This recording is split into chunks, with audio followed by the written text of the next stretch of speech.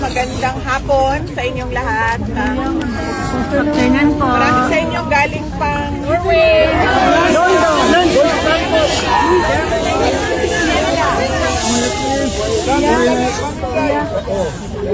Sa iba't ibang bansa, maraming salamat kasi nagbiyahe pa kayo, nag-absent pa kayo.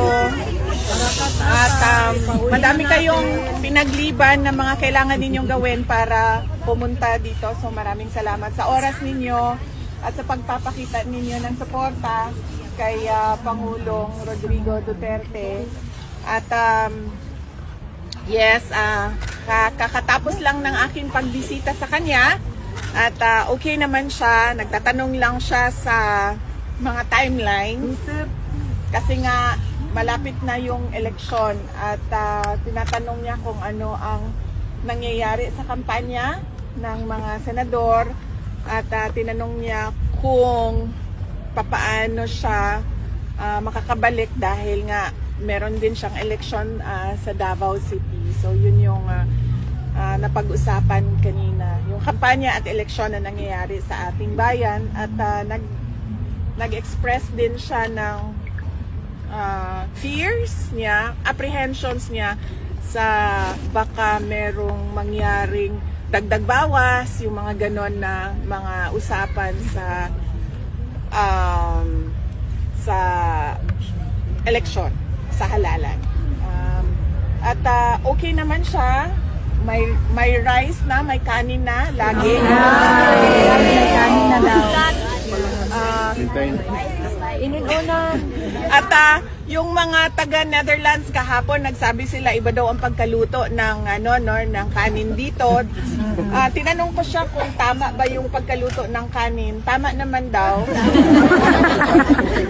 On that point, na perfect na natin yung kanin, yung rice doon sa loob at medyo mahina pa siya kumain kasi nga he's getting used to sa pagkain sa ulam kasi hindi Pilipino yung ulam pero meron ng rice at meron naman siyang access sa gatas at prutas, yun din yung hinihingi niya noon. So okay naman siya.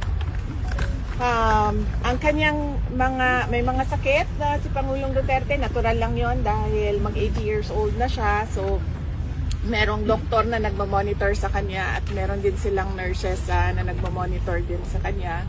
Ang kanyang blood sugar, nilagyan na siya ng gadget para sa blood sugar niya. So meron na silang parang electronic checking doon 4 times a day sa kanyang blood sugar. So medyo controlled naman ang blood sugar.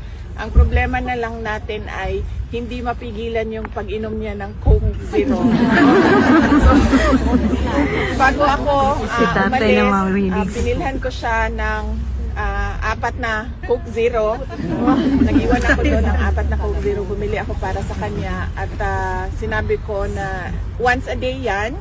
Kasi ang grocery mo will come sa Wednesday. Ang grocery list mo will come sa Wednesday. So, once a day yung 4 na Coke Zero na iniwan ko sa'yo. Maintenance. At sabi niya, bakit?